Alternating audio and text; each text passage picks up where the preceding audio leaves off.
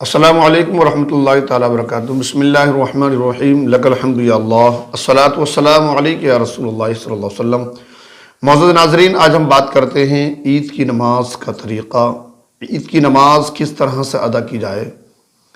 چونکہ ایک سال میں پڑھنے کا نمبر آتا ہے، کچھ باتیں ذہن سے نکل جاتی ہیں، لہٰذا میں بالکل آسان طریقہ آپ کے سامنے رکھتا ہوں۔ آپ ہماری کلپ سے بنے رہیں اور پورا طریقہ سنیں۔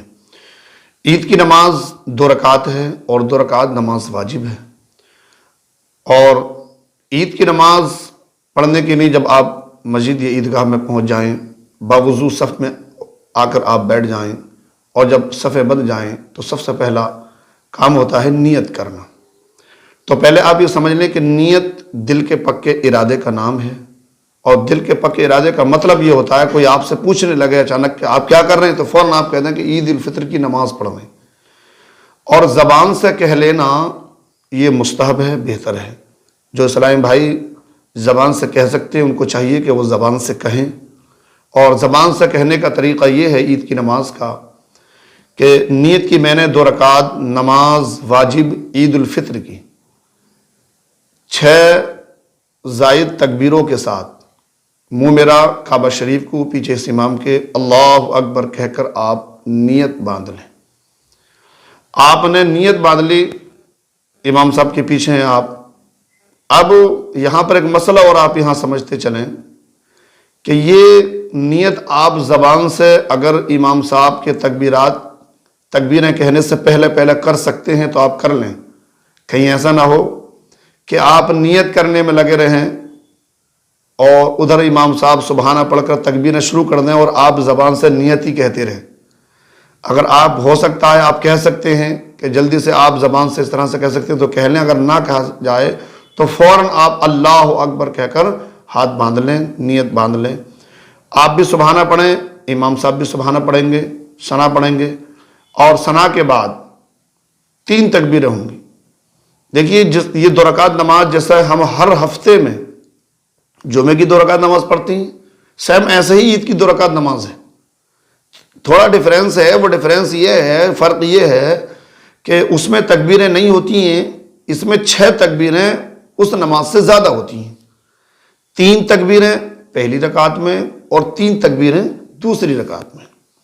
پہلی رکعت میں جو 3 تکبیریں ہونی ہیں وہ نیت باندھنے کے بعد سبحانہ پڑھنے کے فوراً بعد آپ نے نیت باندھی، نیت باندھنے کے بعد سبحانہ پڑھا، سبحانہ پڑھیں گے، امام صاحب بھی سبحانہ پڑھیں گے، آپ بھی سبحانہ پڑھیں، اور اس کے بعد 3 تکبیریں ہوں گی۔ امام صاحب کہیں گے اللہ اکبر تو آپ بھی کانوں تک ہاتھ اٹھائیں اور اللہ اکبر اپنی زبان سے کہیں، اس لیے کہ زبان سے کہنا اتنی آواز سے کہ آپ خود سن سکیں۔ تکبیر کو زبان سے کہنا بھی واجب ہے، مقتدی کے لیے بھی، امام صاحب کے لیے بھی۔ آپ تینوں تکبیروں میں کانوں تک ہاتھ اٹھائیں۔ پہلی تکبیر میں آپ کانوں تک ہاتھ اٹھائیں گے اور ہاتھوں کو چھوڑ دیں گے۔ دوسری تکبیر میں بھی آپ کانوں تک ہاتھ اٹھائیں پہلی رکعت میں اور ہاتھ چھوڑ دیں، اور تیسری تکبیر میں آپ کانوں تک ہاتھ اٹھائیں اور ہاتھوں کو باندھ لیں۔ چونکہ 3 تکبیریں ہیں، 3 آپ کی کمپلیٹ ہوں گی، اب آپ کی نماز شروع ہو جائے گی۔ اب امام صاحب آہستہ اعوذ اور بسم اللہ پڑھیں گے، تعوذ و تسمیہ پڑھیں گے، اور پھر قرات کریں گے، یعنی الحمد پڑھیں گے اور سورت ملائیں گے، جس طرح سے دوسری نمازوں میں قرات کی جاتی ہے۔ اس کے بعد قرات ہونے کے بعد رکوع کریں گے، سجدے کریں گے، سجدے کے بعد اب دوسری رکعت کے لیے کھڑے ہو جائیں گے۔ امام صاحب قرات کریں گے، یعنی الحمد شریف پڑھیں گے اور سورت ملائیں گے۔ اب رکوع میں جانے سے پہلے 3 تکبیریں ہوں گی۔ پہلی تکبیر میں بھی آپ کانوں تک ہاتھ اٹھائیں گے اور زبان سے بھی کہیں گے اپنے اللہ اکبر اور ہاتھوں کو چھوڑ دیں گے۔ دوسری تکبیر ہوگی، آپ اس میں بھی کانوں تک ہاتھ اٹھائیں گے اور ہاتھوں کو چھوڑ دیں گے۔ تیسری تکبیر ہوگی، آپ کانوں تک ہاتھ اٹھائیں گے، ہاتھوں کو چھوڑ دیں گے۔ یہ آپ کی 3 تکبیریں کمپلیٹ ہو گئیں۔ لیکن اب چوتھی تکبیر جو ہوگی تو وہ رکوع کی تکبیر ہوگی، چونکہ 6 تکبیریں ہونی تھیں۔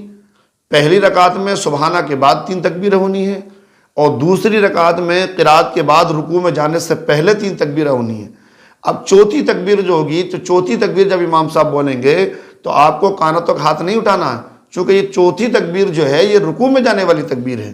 آپ چوتھی تکبیر میں اللہ اکبر کہتے ہوئے رکوع میں چلے جائیں، اور باقی نماز جس طرح سے ادا کی جاتی ہے آپ اس طرح سے ادا کریں، اور جب سلام پھیر لیں، نماز کمپلیٹ ہو جائے تو اس کے بعد آپ ترنت گھر کو نہ جائیں، بلکہ اس کے بعد خطبہ سننا یہ بھی ضروری ہے۔ آپ خطبہ سنیں خاموشی کے ساتھ، بالکل اپنے ذہن و دماغ کو یہیں پر حاضر رکھیں، اس کے بعد دعا میں شریک ہوں، دعائیں کریں، اس لیے کہ عید کا دن دعاؤں کی مقبولیت کا دن ہے۔ میں سمجھتا ہوں آپ کے آسانی سے سمجھ میں آ گیا ہوگا، اس کو بار بار سنیں اور دوسروں تک پہنچائیں۔ السلام علیکم۔